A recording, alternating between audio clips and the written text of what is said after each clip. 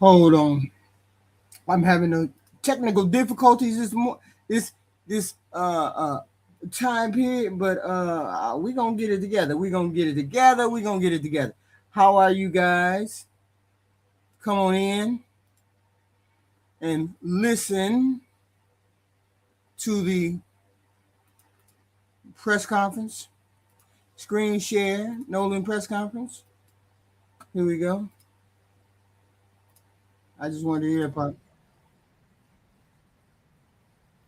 Here, praying for you in your time. And what would transparency look like to you? I know we spoke about transparency during the eulogy. What are you hoping and wanting from investigators? The truth. I think that we need to hear exactly by with evidence of what they say happened. I think that part of what embellished the concerns we had was for someone in law enforcement here to say we see no foul play. So they're really going to have to show us one way or another where they go from here. The fact is that you cannot convince many of us, given the unanswered questions, cell phones, stuff taken off the cell phone, keys, all of which was at first denied. And no one turned, they did not come to the family. The family started missing him and searching for him. All of that does not add up. So what we would want to see is something that adds up to saying truth, not adds up to just some loosely connected stories. So y'all put me on the screen, shall you? We had to stop right there. We had to stop right there. This may have been the most important question, probably, of the whole press conference. What does transparency look like to you all, right? What does transparency look like? That may have been the most important question asked. Not who killed Nolan Wells. Not do you believe this was murder. Not do you believe this was a hate crime. The first real question was, what does transparency look like? That question matters because it immediately changes the direction of this conversation. Over the last several weeks, social media has been arguing about race. Some people are convinced this case has nothing to do with race. Other people are convinced race explains everything. Everybody seems to have already picked a side. But when Ben Crump stepped to the podium, he didn't start by accusing anybody of murder. He didn't start by accusing law enforcement of a cover-up. He didn't stand there and declare that this was a racial attack. He talked about evidence. He talked about unanswered questions. He talked about transparency. That surprised me. Because if you only follow this story through social media, you would think this entire press conference was one long speech about racism. It wasn't. And that's exactly why we're here today. Some of y'all made up your minds the moment you saw Ben Crump and Reverend Al Sharpton standing beside the Wells family. You didn't wait to hear the facts. You didn't wait to hear the questions. You didn't wait to hear what they were actually asking for. You saw two familiar faces, and immediately y'all said, here we go again, race hustler, blah, blah, blah, and making everything about race. This has become another racial circus. But let me ask you something. How many people criticized this press conference actually watched the entire press conference? Not the 30-second clip on TikTok, not the 15-second reel on Facebook, the whole thing. Because when I sat down and listened to every word, I realized something. The conversation they were having wasn't the same conversation social media was having. Social media was arguing over whether race caused Nolan Wells' death. Ben Crump and Al Sharpton were asking whether race could influence how this investigation is conducted. Those are two completely different questions.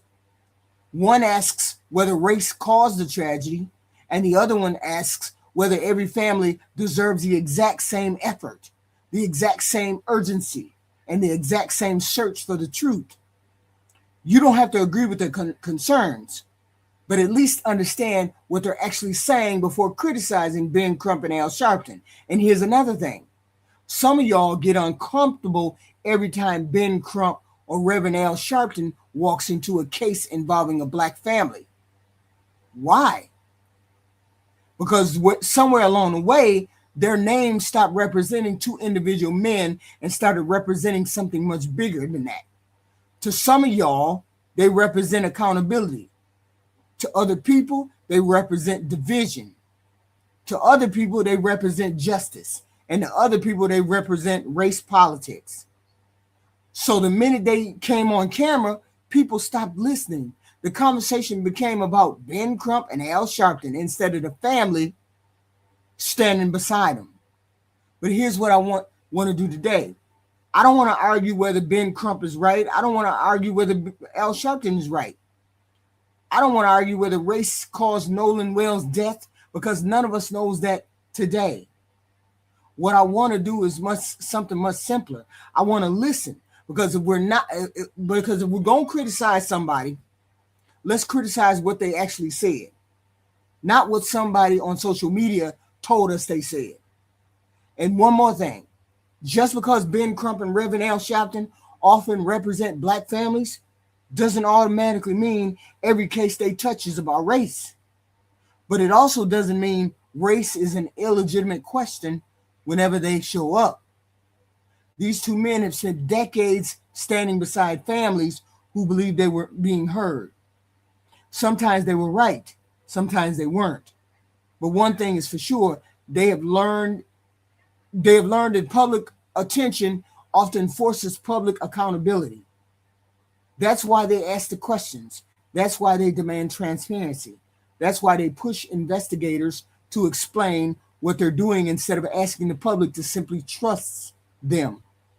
And whether you like them or not, transparency should never scare anybody. If investigators did everything correctly, transparency proves it. If witnesses told the truth, transparency will confirm that. If evidence supports the official story, transparency strengthens that. Transparency protects innocent people just as much as it exposes the guilty people. So why would anybody oppose transparency? That's the question I keep asking myself while watching this press conference. Because the more I listened, the less I heard accusations, the more I heard questions. And I think that's an important distinction. So before we talk about Ben Crump, before we talk about Al Sharpton, before we talk about race, let's first answer a simple question. What was said? What was asked? Because I think a whole lot of people are responding to the headlines instead of the actual words. Let me listen to this. Number one. Oh, the facts were reversed. Listen.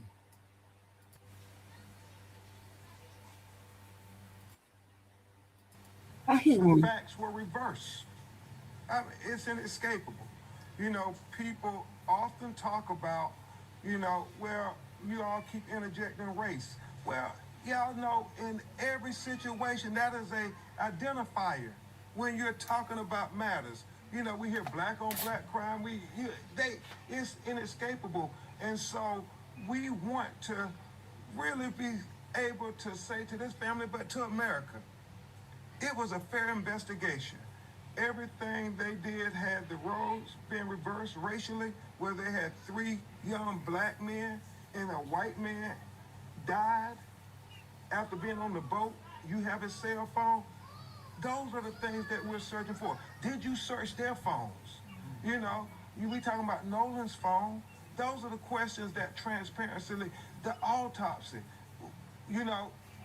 we waiting for it. It shouldn't take that long. We want those answers. And so transparency is giving complete equity to this family. A fair and thorough, impartial investigation where we know that due process was respected every step of the way. Okay. And let me play this one video. Play this one.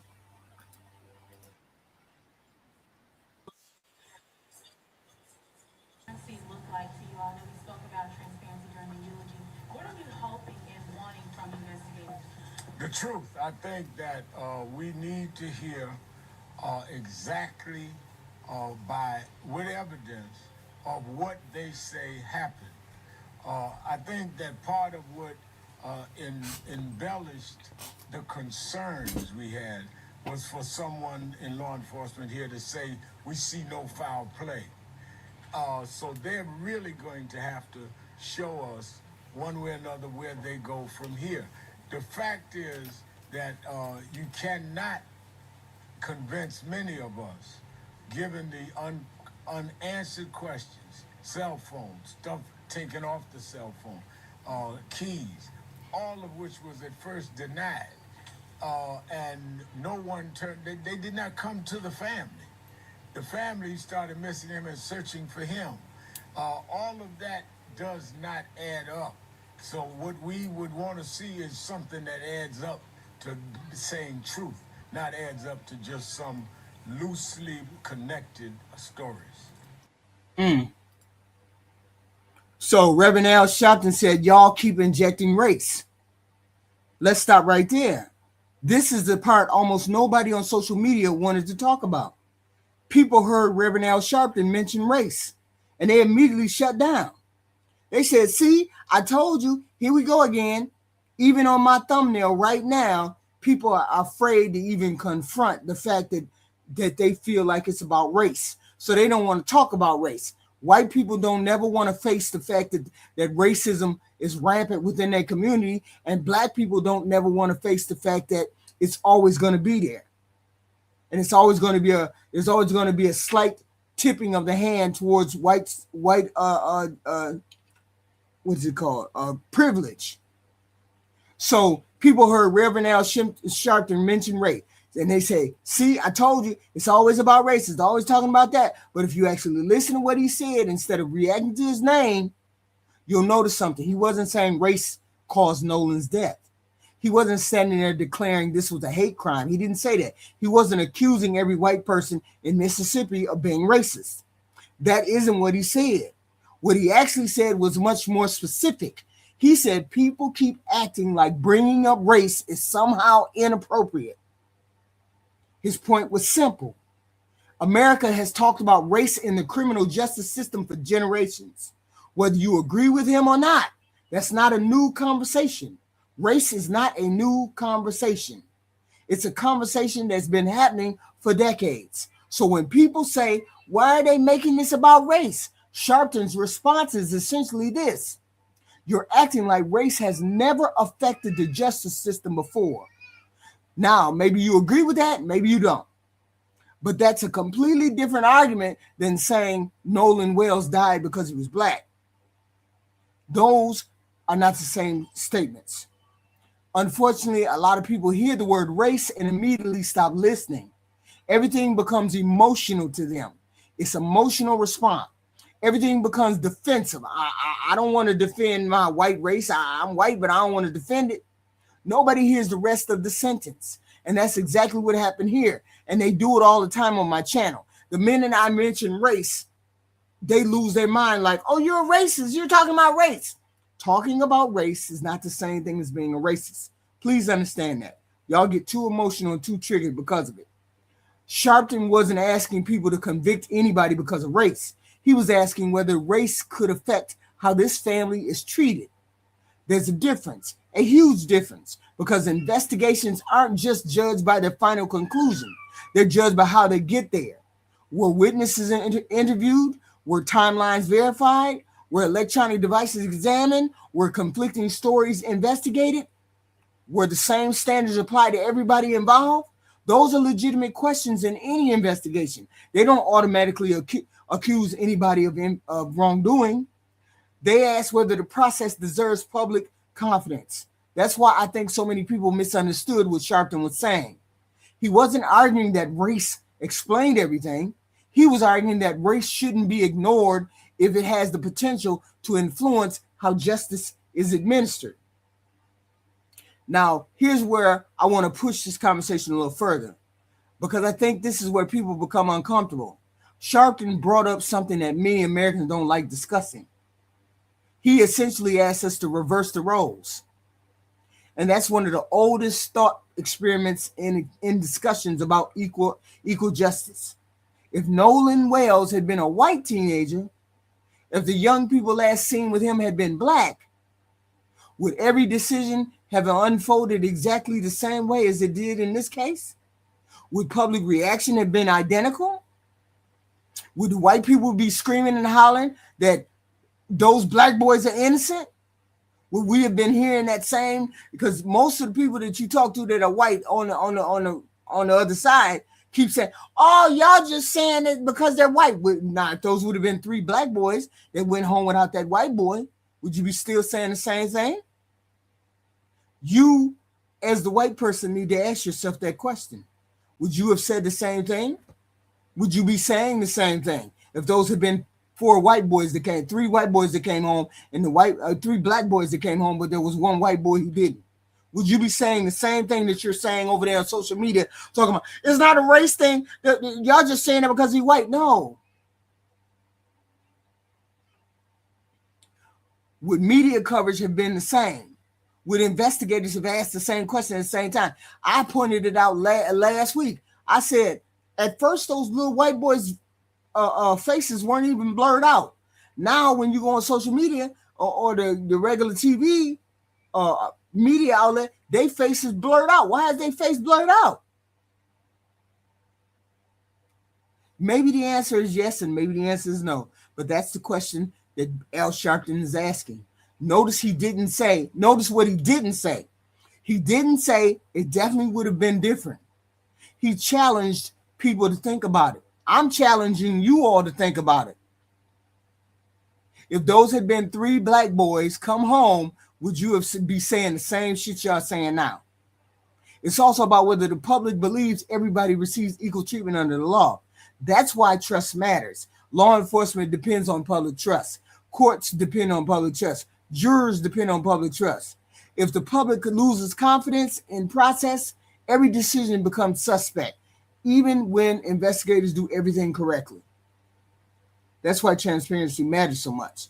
And that's why Al Sharpton kept returning to fairness instead of conclusions. But let me address another criticism I've seen people say. Why does everything involving black people have to become about race? My answer is another question. Did Sharpton make the entire press conference about race? Or did he spend most of his time talking about fairness? Go back and listen. You'll hear him talk about justice, equal treatment, accountability, talking about making sure the family receives the same diligence any family deserves. That's not the same thing as saying race explains every unanswered question.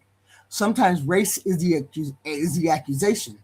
Sometimes race is simply part of the context people are evaluating. Those aren't interchangeable. And I think we do ourselves a disservice when we pretend they are. Now, does that mean every concern raised by Ben Crump or Reverend Al Sharpton is automatically valid? No. They can be questioned just like everybody else. Their arguments should stand or fall based on the evidence. Not because of who they are, not because some people admire them, not because other people dislike them. Judge the argument, not the messenger. Because here's the danger. The minute we stop listening to somebody's actual words and start responding only to their reputation, we've stopped having an honest conversation. I have seen a lot of people online. Oh, Reverend Al Sharpton is involved. Degeneracy, fuckery, race hustling, race baiting. You do people a disservice. You do this family a disservice when you do that. You're not having an honest conversation. You replace evidence with assumptions. You replace listening with labels. And once that happens, nobody learns anything. So before this press conference moves another inch, before anybody decides Ben Crump is right, anybody decide whether Reverend Al Sharpton is wrong, let's keep doing what they repeatedly ask everybody else to do. Slow down, examine the facts, ask questions. And let's make sure that whatever conclusion they eventually reach is built on evidence, not assumptions. They haven't went to the grand jury yet. They want to have a strong case before they go to the grand jury. If there's a strong case, okay, it has to be strong enough to withstand questions. If the investigation is solid, questions won't weaken it. They'll strengthen confidence in it. And if they have weaknesses in the questions, the weaknesses will be discovered. That's not being anti-police or anti-white or pro-black. That's being pro-truth. And I don't think anybody should be afraid of the truth. But if that's true, then the question is, why did the Wells family keep returning to one word over and over again? Not racism, not guilt, not prosecution. They kept saying transparency. Okay? Transparency. Let me show this video right here. Ben Crump. But hope that they would give the same to us. Attorney Crump, we talked before about situations like this, and I'm just wondering, does it bother you a little bit that we don't have that news conference where officials are given a timeline, where they map things out for what they know, where they share as much information as they have with the public? Because obviously people are paying attention. Yeah, you know, Ryan, is always troublesome to all of us when these investigations just take forever. I mean, 6 months to get a toxicology report back, to get an autopsy done, as if, you know, the longer we let it go, the more people forget other things happen. It gets swept under the rug. And so that's what's important, to have a timeline. And when you don't have that timeline, you start to say, oh, what, Nolan Wells, what happened? I mean, I remember that case, but we got no answers. And so that's the trouble without having a timeline. And so that's why the people who are calling us, I mean, we have people presenting videos, and it's so helpful as we try to put this puzzle together. People are talking about their boats, and when they were out there, and when they were in earshot of Nolan and people on the boat, we need all of that information, because we want to make sure what goes to the grand jury is accurate. Right. We know when it goes to the grand jury, we never will know what happened in that grand jury. That's why we're collecting affidavits. Did this get presented to the grand jury? It's never lost on me. It's never lost on me. You can get an indictment on a ham sandwich in the grand jury if you want to. Mm-hmm. The question is, are you trying to get to the truth? Or are you trying to help keep the truth hidden from us? Okay. So, did you notice something though? Ben Crump could have stood at the podium and spent 20 minutes accusing people. He didn't do that. He could have declared somebody guilty. He didn't do that. He could have demanded arrest. He didn't do that. Instead, he kept coming back to one word: transparency. That tells me something, because transparency is not the same thing as demanding a convention.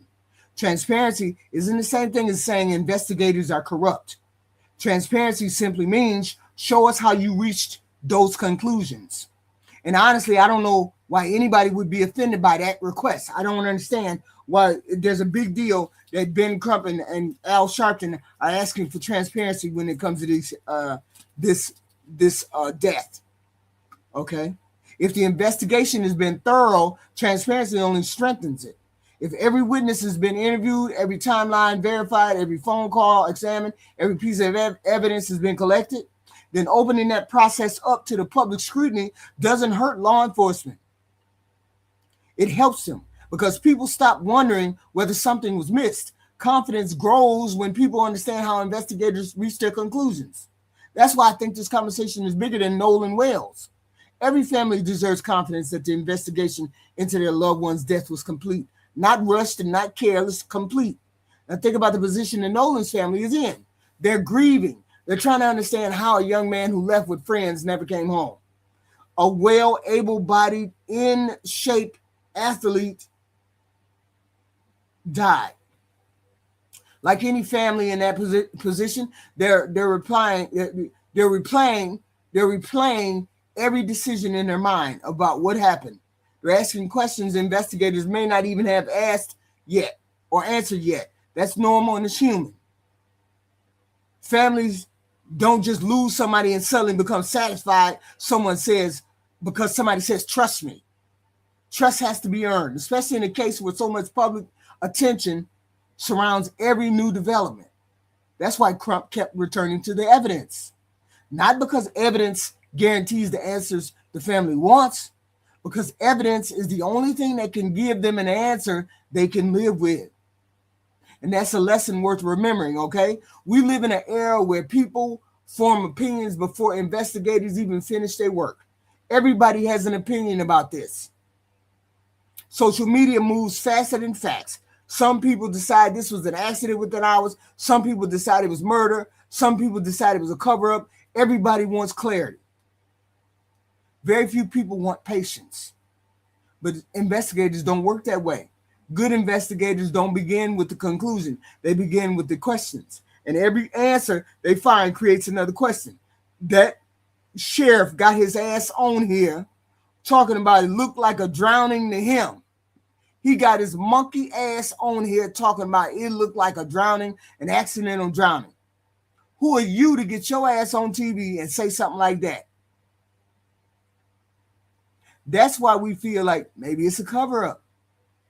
Maybe they're trying to hide something. Maybe they're not coming up with what they're coming up with. That's why the independent autopsy is going to come out after this Mississippi people come out. Because they're going to make sure that this Mississippi autopsy matches the one from that Colin Kaepernick paid for. Okay? Every question is going to be answered by that independent forensics, that examiner in what is it, Washington, D.C.? Every question is going to be answered and asked and answered by that independent autopsy. That's why Mississippi better get this investigation correct. Okay? They better get it correct. Are the timelines correct? What happened first? Who was present? Who left, stayed, spoke to investigators, didn't? When did each thing occur? Those details may seem boring to people on social media. To investigators, they're everything. The timeline is how stories are tested. If two witnesses describe the same event differently, the timeline often reveals which version fits the physical evidence. That Katie girl said that he left her and went to get on the boat with Nolan, went to get on the boat with his friends. Those kids were taking water on, or something was happening with their boat in the same spot, damn near the same spot that Nolan disappeared in. They said northwest side, was it northwest or northeast? That's where they got picked up. That's where they boat, they called help 911, or they called somebody for help from that particular point on that island where Nolan washed up at. Okay. If electronic records contradict somebody's memory, investigators need to know why. So Katie said that he left to go home with them, and they said no, he didn't. He stayed with Katie. Katie has come forward, and her mother has come forward, and she's been transparent about everything. Even before they investigated her, she was out there in front saying, hey, he was with me for a minute, or he was with me for whatever, but he said he was leaving with his boys. This is an investigation. Same thing applies with the cell phones. People heard Ben Crump mention phones and immediately assumed he was accusing somebody of hiding evidence. That's not necessarily what he was saying. His point was much simpler. If investigators believe Nolan's phone contains information that helps explain what happened, why wouldn't they examine every relevant device connected to the events of that day? Why wouldn't they take all three of those white boys' cell phone? Katie's cell phone, everybody's cell phone. That's a fair question, not a guilt question, because consistency matters. The same investigation standards should apply to everybody connected to the incident. Otherwise, people begin to ask whether investigators look everywhere, or they don't look at all the evidence, only what they want to see. Now they got to go to the grand jury. I've seen people online say, if there was no foul play, why is there a grand jury? That's a fair question. But a grand jury doesn't automatically mean investigators have concluded that somebody committed a crime. A grand jury can be part of determining whether there's enough evidence to support criminal charges. Somebody could have committed a crime. Somebody could have did something, but there was not enough evidence to prove that they did something. That could be the possibility. Okay? That's exactly what transparency remains important in this case, because every additional step in the investigation creates questions from the public. The more questions people have, the more clearly investigators need to be to explain the processes whenever the legalese takes them. Otherwise, speculation fills the silence. Okay? Speculation convinces innocent people that they're guilty. Okay? A YouTube video quotes a tweet, and then it becomes the real deal or it becomes the truth. That's why evidence matters more than opinions. That's why transparency matters more than rumors. You build justice by collecting facts, one fact at a time, and that's exactly what I heard Ben Crump asking for. No special treatment, no preferential treatment, a complete investigation. On the other hand, this family and the public, to understand how investigators reach whatever conclusion they ultimately reach, whether that conclusion supports the family's suspicions or not. Because here's the truth. Transparency protects everybody. It protects families that feel ignored, protects investigators from accusation. It protects the innocent from false rumors. It protects defendants from wrongful accusations. Transparency isn't something honest people should fear. It's something honest investigators should welcome whenever possible. That's why I think people missed the biggest point of this press conference. They became so focused on the personalities that were there behind the microphone that they stopped listening to the substance of what was being said. Believe us, show the work. That's what Ben Crump said. Show us the work. And honestly, that's a request every family should be able to make. But then Ben Crump said something I think should have changed the entire conversation. He didn't ask people to believe his theory. He said something much more important. We're going wherever the truth takes us. That's what he said. Let's talk about why that may have been the strongest statement made during the entire press conference. Honestly, I wish more people would adopt this mindset, because somewhere along the way, we stopped searching for the truth. Now we search for confirmation. We don't ask what happened to Nolan Wells. We ask, how can we prove I was right about them murdering him? Those are two completely different mindsets. One is driven by curiosity and the other is driven by ego. The first person to declare they solved the case gets the views. The first person to accuse somebody gets the views. First person to come up with a conspiracy gets the engagement. Nobody gets rewarded for saying anything. Saying anything like, I don't know. I'm sorry. But sometimes I don't know yet is the most honest answer you can give. That's why I keep coming back to that detective talking about, oh, I ain't seen nothing that says it's anything other than drowning. So did the governor. The governor said the same thing. Okay? We're going to go where the truth leads us. Read that sentence carefully, because it cuts both ways. If the evidence points towards criminality, follow it. If the evidence points towards negligence, follow that. If the evidence points towards an accident, follow that. If the evidence clears people who've been accused online, then you need to follow that clearance. The truth belongs to itself.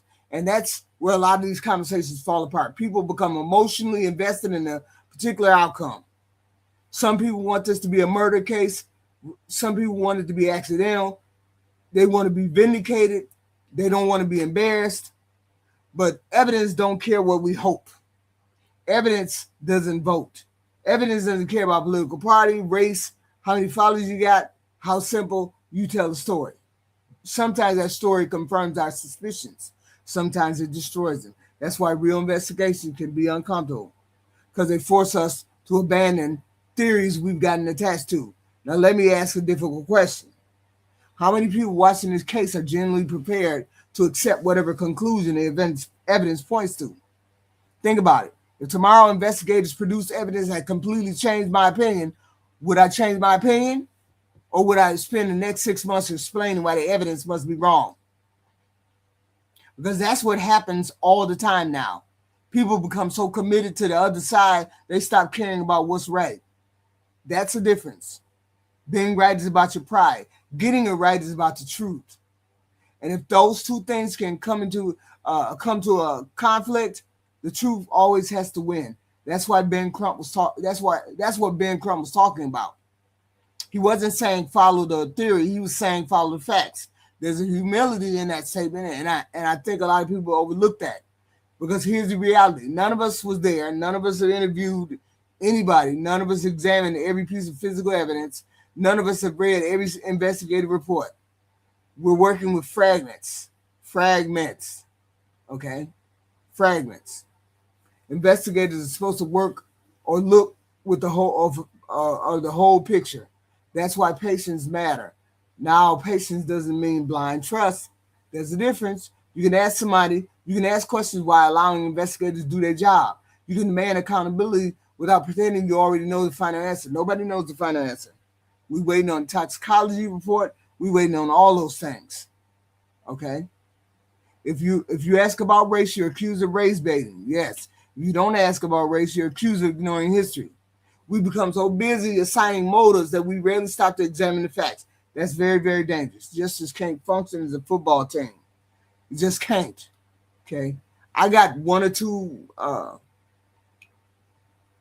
thoughts on this, but I keep it to myself because I want to get the, I want to get the autopsies back before I have any kind of judgment. Okay? My thing is, you had friends who didn't bring you home. Their friends did not bring you home. That's all I'm saying. And we are awaiting the coroner's report from the state of Mississippi. Then I think Colin Kaepernick is going to present theirs. Okay? We don't know. But see, they belong to the, the mom and dad should know by now. I'm saying the mom and dad should know whether there was a black group of boys that murdered her son. She should know. Because this independent thing should have been back, like, I don't know, a couple of days ago, right? And so should the states. But we don't know what's going on. We have to wait for the facts to come in. We have to wait for the facts. Okay? We just have to wait for the facts. And hopefully, justice is served. If there's justice, hopefully, if it's something else, hopefully these boys come up with a logical explanation for what is going on, for what happened. Let's hope that's the case. We don't know. But we hoping that's the case. Okay? We hoping it wasn't something nefarious and that we would have to explain because it's too embarrassing. I don't know. But we await what they have to say. Because it should be any day now. We should be getting that report. And we should be any day now. We should be getting the one from Colin Kaepernick. But I know what they're doing. They're playing a waiting game with Mississippi. And Mississippi is in your court.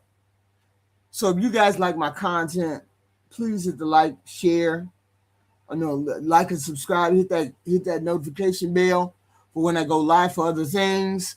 I will be back tomorrow, I don't know when, with another show. And please be careful out there. That's all I can say. Y'all hit the door, because I'll see you guys in the next video. Okay? Next video.